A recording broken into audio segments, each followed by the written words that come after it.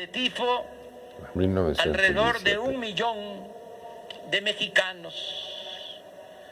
Pero aún con el pesar de este doloroso sacrificio, no se puede sostener que la lucha revolucionaria haya sido en vano, como a veces sostienen los conservadores de manera insensata. Tampoco se puede decir que al final resultó más de lo mismo. Es indudable que la lucha del pueblo por su emancipación, acompañada de las sinceras convicciones de sus dirigentes, dio lugar a conquistas sociales muy importantes que marcaron con claridad la diferencia entre el porfiriato y el periodo posrevolucionario. Por el sacrificio de los mexicanos que participaron en esa gesta que hoy conmemoramos, no por concesión gratuita, se creó un nuevo orden social con mayor movilidad y justicia. Es decir, de ningún modo fue infructuosa la lucha contra la dictadura. Gracias a ese movimiento popular, en la Constitución de 1917 se reconocieron las principales demandas de nuestro pueblo: el derecho de los campesinos a la tierra, el salario mínimo, la jornada de 8 horas, la organización sindical, la seguridad social, el derecho a la educación, y a pesar de fuertes presiones de las compañías y gobiernos extranjeros, se logró recuperar el dominio de la nación sobre las riquezas naturales. En particular, se logró rescatar el petróleo. Hoy puede decirse que en estos aspectos, en la procuración de justicia social y en hacer valer la soberanía, todos los presidentes de la época inmediata a la revolución hicieron su parte. Sin embargo, en el terreno de la democracia, con excepción de Madero, prácticamente nada aportaron los gobernantes revolucionarios. En este aspecto, aunque se logró derrocar la dictadura de Díaz y su engendro huertista, el pueblo permaneció al margen de la toma de decisiones y el poder, como en el porfiriato, se siguió concentrando y ejerciendo en beneficio de una élite. El grupo político surgido de la revolución no tenía realmente vocación democrática. Por eso son interesantes y fecundos los tiempos que vivimos. La cuarta transformación que estamos llevando a cabo desde abajo y entre todos no solo está haciendo realidad el sueño de justicia de nuestro pueblo, sino también el ideal democrático con el que nació la revolución maderista de 1910. Ahora no se impone nada, se manda obedeciendo, se respeta la Constitución, hay legalidad y democracia, se garantizan las libertades y el derecho a disentir, hay transparencia plena y derecho a la información, no se censura a nadie, no se violan los derechos humanos, el gobierno no reprime al pueblo y no se organizan fraudes electorales desde el Poder Federal. El poder público ya no representa como antes a una minoría, sino a todos los mexicanos de todas las clases, culturas y creencias. El gobierno actúa con austeridad y se tiene autoridad moral. No se tolera la corrupción ni se permite la impunidad. En la práctica no hay fueros ni privilegios. Se protege la naturaleza, se auspicia la igualdad de género, se repudia la discriminación, el racismo y el clasismo, y se fortalecen valores morales, culturales y espirituales, y se cuida y se promueve, como lo estamos haciendo el día de hoy, el patrimonio cultural e histórico de México. La infamia cometida contra Madero nos ha enseñado que para un poder público dispuesto a transformar no hay mejor aliado que el propio pueblo.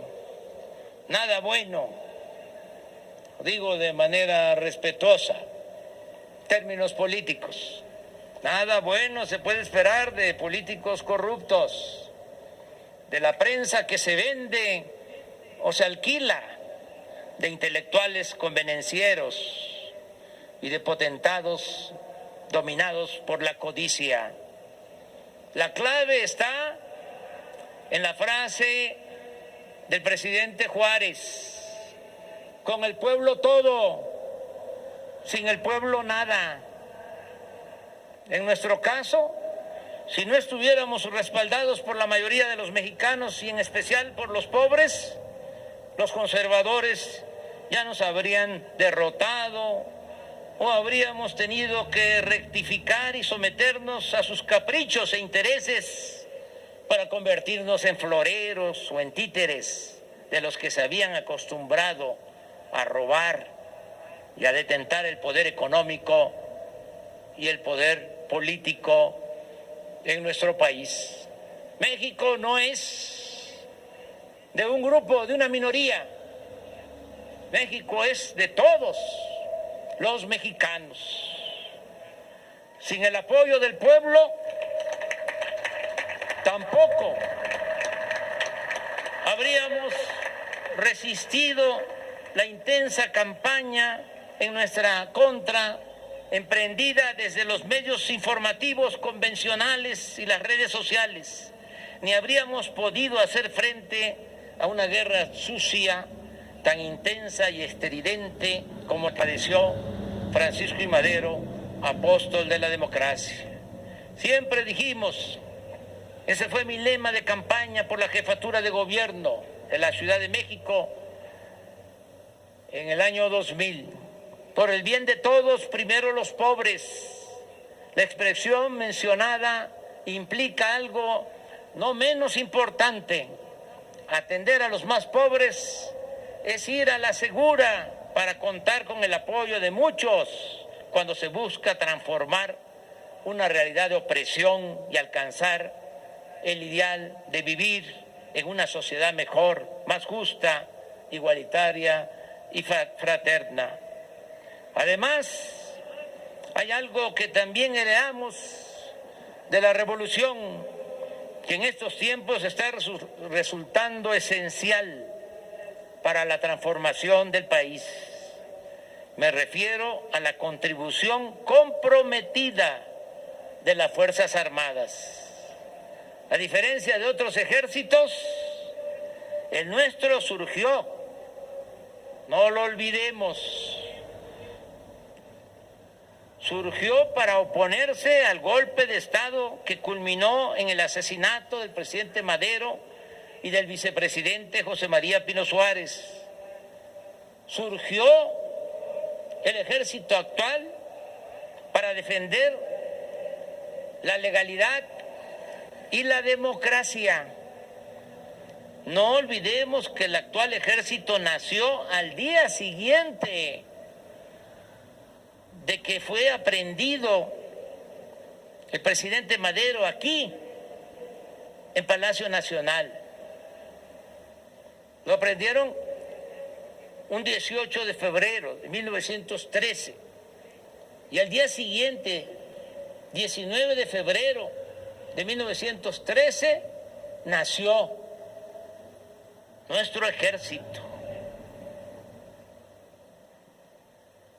Desde entonces, y por esa razón, por ese origen, los integrantes de las Fuerzas Armadas son leales a la Constitución y a las instituciones.